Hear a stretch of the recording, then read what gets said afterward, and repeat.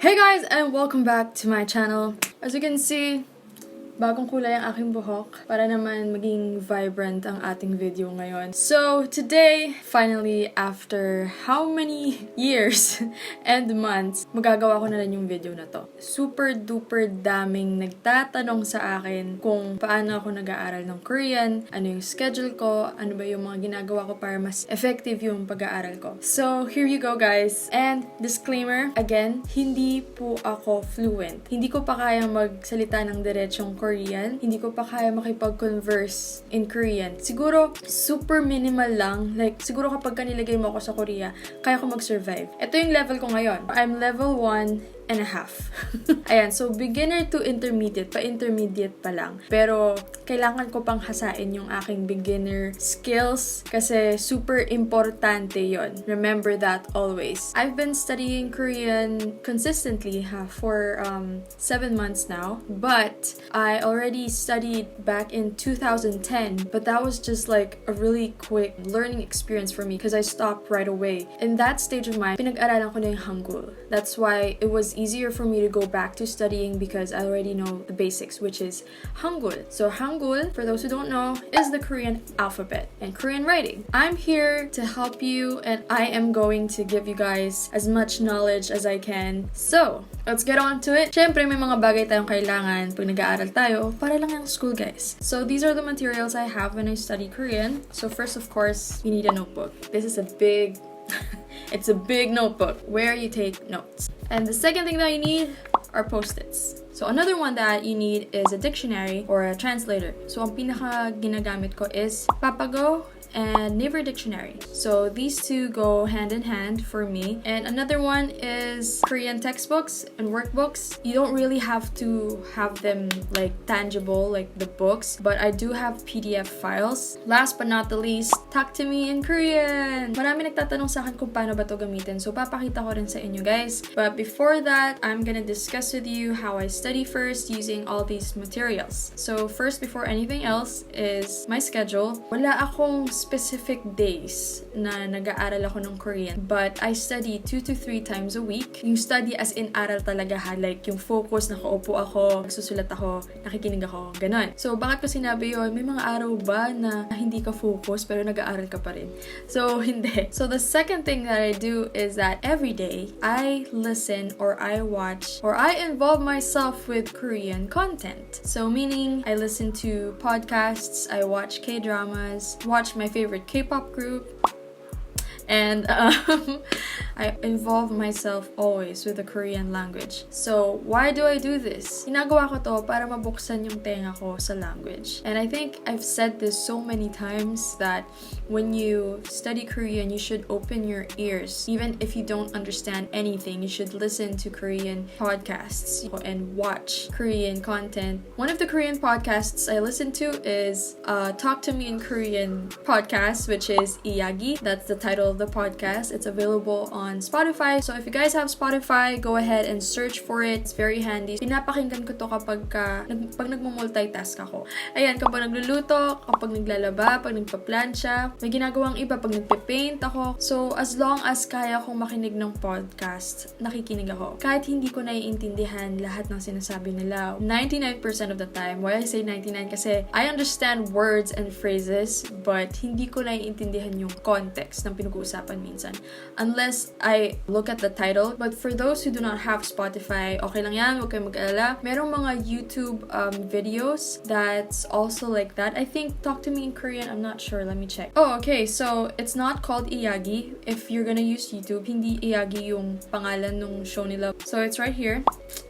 And the title is Korean Listening Practice. So just search for it or anything actually sa YouTube na mapapakinggan nyo that's in Korean. Kasi yung mga ginagamit ng expressions, yun yung mga usual na ginagamit ng mga Koreans everyday. That's one thing I do is I listen to podcasts para mas mahiyang yung aking tenga. Kasi again guys, wala tayo sa Korea and we do not have people talking to us in Korean. So we need these to help our ears, and help us practice na masanay tayo na mapakinggan yung language. Guys, teka lang.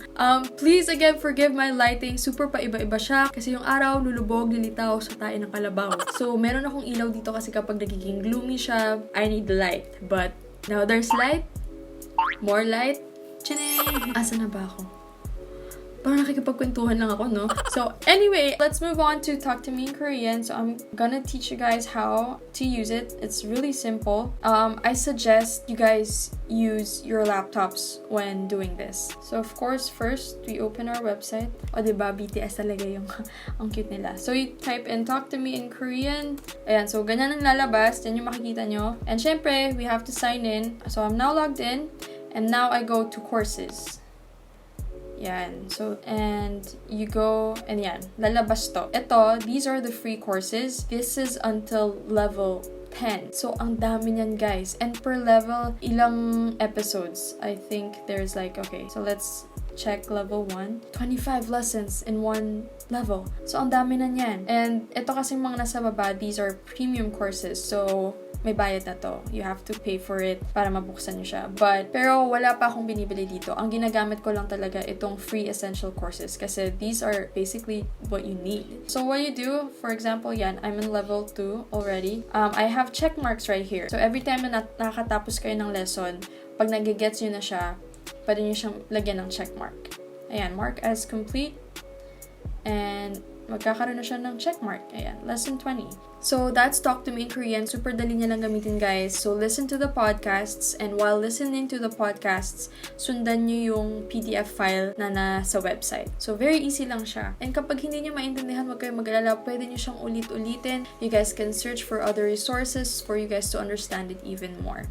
So, next is, ano ba yung sinusulat ko sa notebook ko? Yun ang tanong. So, I write vocabulary. Kasi guys, mas naaalala natin siya kapag sinusulat natin siya. So, hindi sapat yung titingnan lang natin siya at sasabihin. Importante din na sinusulat natin siya kasi mas nagiging effective siya. Tapos, yung grammar din, nagsusulat din ako. Para kung kunwari walang internet, ganyan. Kung wala ng wifi, at least, meron pa rin akong mga notes na nakalagay dito. And yung mga workbooks na mga PDF na ginagamit ko, since hindi ako makapagsulat sa laptop, ang ginagawa ko, sinasagutan ko siya dito sa notebook. So basically, yun lang guys, yun ang ginagawa ko. So now, I'm gonna give you guys tips how you can learn Korean faster and more effectively. So number 1 is keep exposing yourself to Korean content. Sabi ko nga kanina. So keep watching K-dramas or keep watching your favorite Korean show or Korean movie. While watching, kasi ako hindi ko na mapigilan na hindi pag-aralan yung sinasabi or hindi maging aware sa sinasabi nila. Kasi dati, di ba, ewan ko kung ganun kayo kapag nanonood kayo ng Korean, ng K-drama. Nanonood lang kayo, pero wala kayong, sa subtitles lang kayo nakatingin. Once you're learning Korean, you're actually very attentive to what they're saying. So, ganun ako ngayon. So,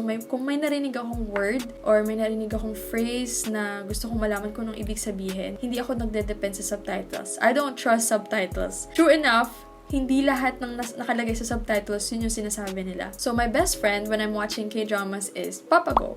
So, Papago is the most accurate translator for Korean than Google Translate. Kaya, huwag kayo mag-Google Translate, guys. Papago na lang. Kasi Papago is under Naver. And Naver is a Korean company. Pero hindi lahat ng itatranslate ng Papago is accurate. Lalo na when it's from English to Korean. Mas accurate siya from Korean to English. Pero minsan kapag ka English to Korean, minsan lang, hindi naman always. Medyo may konting bali pa rin siya. Ayun, so kung meron akong phrase or meron akong word na nagustuhan, na narinig ko sa isang K-drama or sa isang show, sa isang Korean show, nilalagay ko siya sa Papago and I save it to favorites. Para if ever makalimutan ko ulit yung ibig sabihin ng word na yon, I just go there and I look at my favorites. Tip number 2, sticky notes. Ayan, papakita ko na sa inyo kung paano ko siya ginagamit. So, ginawa ko na to sa TikTok. May video kong ginawang ganito sa TikTok na tinuro kung paano mas makapag-memorize at para mas maalala yung word is. Ipaskin nyo sa pader o sa mga bagay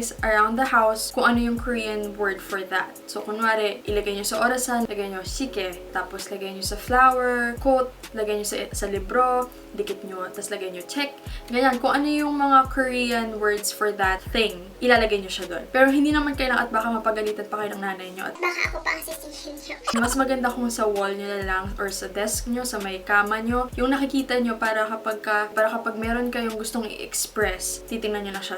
So, itong mga nakadikit sa pader ko is mga hindi pa ako familiar sa kanila. Dati mas marami yan. Pero kasi tinatanggal ko na siya isa-isa kapag alam ko na siya, kapag memorize ko na siya, kapag nagagamit ko na siya madalas. At pag naiisip ko yung word na yon, alam ko na yung Korean word for that. Ito yung kaharap ko ngayon. Ayan, ito yung pader ko. So, ayan. So, for example, ito, ayan, yung mga panglasa. Kung ano ba yung Korean sa matabang, ayan, sa maalat, sa mapait, sa maasim. So, ganyan lang guys. And sinusulat ko siya in Korean. Hindi ko sinusulat yung romanized version niya. Kasi, para mas maano ka, para mas mahasa ka sa pagbabasa mo. So, if you guys really wanna be familiar with Hangul, I suggest you write everything in Korean. So, ayun guys, nakita nyo yung aking pader, yung mga nakikita nyo sa aking stories. If you guys follow me on Instagram, ayan, yan yung mga nakapaskil. So, kung may mga words akong gustong mas ma-memorize or mas ma-familiarize, nilalagay ko siya dyan. So, tip number 3. Ito nakakatawa to, pero totoo to. Talk to myself in Korean. So, imbes na kausapin mo yung sarili mo sa Tagalog or sa English, kausapin mo yung sarili mo in Korean. So, kunwari, mainit. Ayan. So, imbes na sasabihin ko, init. Ganyan. So, ang sasabihin ko, to. No, to. Chichoto. Ganon. Kunwari, may napaso ko, may nahawakan ko mainit. Togo. And pwede nyo naman din siyang gawin, pero baka matawa lang kayo, matawa yung family nyo or yung mga kasama nyo sa bahay na nagko-Korean ka mag-isa. Pero malaking tulong na nagagawa niya sa akin kasi mas napapractice ko siya. Mas nagagamit ko yung language. When you speak a language, it's more of like saying how you feel it. Hindi siya puro memorize. Dapat kunwari may gusto kang sabihin, may gusto kang express, mas maganda yung galing talaga sa puso mo na sinabi mo siya na hindi mo siya alam kasi minemorize mo siya pero alam mo kasi kung paano siya nag-work. So, tip number 4 is keep reading sample dialogues or stories. Or yung mga tweets ng ating mga K-pop idols, basahin nyo ng basahin, guys. Huwag nyong ita-translate agad. Basahin nyo muna bago nyo i-translate. Tapos, tingnan nyo kung may naintindihan kayo doon sa sinabi nila. So, practice lang. Kahit na marunong ka na magbasa, kahit marunong ka na magsulat, you should not stop reading and writing in Korean. So, tip number 5 is group study. Ayan, kung may mga kaibigan din kayong gustong matuto ng Korean, very, very helpful ang mga group studies, guys. Dahil syempre, you guys get to exchange your thoughts and nakakapag-exchange din kayo ng mga words and phrases in Korean. So, may mga kaibigan din ako nag-aaral ng Korean. So, meron kaming group chat. So, kapag may gusto kaming sabihin, sometimes we talk to each other in Korean. Yun yung maganda doon, na napapractice kami kahit Pilipino kami lahat. So, tip number 6, learn 존댓말 first. So, ano ba yung 존댓말? So, sa mga hindi nakakaalam, may dalawang ways to talk in Korean, which is 존댓말 and 반말. So, 존댓말 is the formal way of speaking in Korean. Ito yung may po at opo nila. And 반말 is the casual way of speaking. So, ito yung sa mga friends or sa anyone younger than you. Pero kasi mas complex yung way of speaking nila. So, merong casual, semi-casual, may formal, may semi-formal. So, ano ka at first, magugulantang ka. Pero guys, huwag kayong mag-alala. You really just have to familiarize yourself with the language. Kailangan nyo lang masanay. Kailangan nyo lang malaman kung paano ba ginagamit tong mga salitang to sa sitwasyong ganito. For me, personally, mas okay na matutunan nyo muna yung formal way of speaking in Korean. So, yung may mga yo, imnida, imnika. Ano kasi siya, mas polite para hindi kayo madali. If ever, in the future, na pag may kausap kayo, bigla kayong disrespectful na pala siya, pero unintentional siya. Pero feeling ko naman na Koreans are very understanding, na they would know why you speak like that, kasi nga, hindi ka naman Korean, but they are gonna correct you. Pero, for us to avoid that happening, let us learn how to speak 존댓말 first. So, tip number 7, rules are meant to be broken. So, guys, huwag kayong magpapanik agad kapag may natutunan kayong grammar, tapos iba na naman. Tapos, kapag narinig nyo siya from someone else or from a K-drama or ibang panibagong lesson na naman, nag-iiba siya. So, huwag kayong mag-alala. All you have to do talaga is i-accept nyo yung bagong natutunan nyo and figure out when and where to use what you learned. Chill lang tayo, guys. So, tip number 8 is don't be discouraged easily. It's normal to be frustrated. Nakaka-frustrate talaga minsan kasi ang dami mong kailangan matutunan, tapos minsan feeling mo hindi ka nagpo-progress, wala kang napaprocess, and don't worry, guys, it's normal. Kaya punta tayo sa tip number 9. Always remember that learning a language takes time, and it takes a lot of time. So, imagine mo, nag-aaral ka ng panibagong lengguwahe. Kaya, be kind to yourself. Huwag ka masyadong mainis or ma-frustrate sa sarili mo na parang, slow ba masyado yung utak ko? Hindi, guys. Talagang it takes a lot of time to study a language. And last tip number 9 is enjoy and have fun. You know, learning a language, learning Korean is supposed to be fun. Kasi diba nakakatuwa kapag ka naiintindihan mo yung sinasabi ng mga Koreans or mga Korean idols mo, mga K-drama, nang hindi mo na tinitingnan yung subtitles. Pero, ayun, super fulfilling niya. It's always fun to learn something new. So, don't forget to enjoy and have fun when learning Korean, guys. Ayun lang, guys. I actually posted a poll sa Instagram ko, and I'm gonna answer them soon. I'm gonna have a different video for that. It's gonna be a Q&A on how I study Korean or anything about Korean learning. I hope that this video helped you guys kahit papaano. So, ayun, guys. I hope you like this video. Thank you so much for watching. Please like and subscribe to my channel if you haven't yet. And if you like this video, please do give it a thumbs up. If you guys have any questions, just comment down below. And I hope to see you guys again in my next video. Mwah, I love you, and I'll see you guys next time. And stay safe!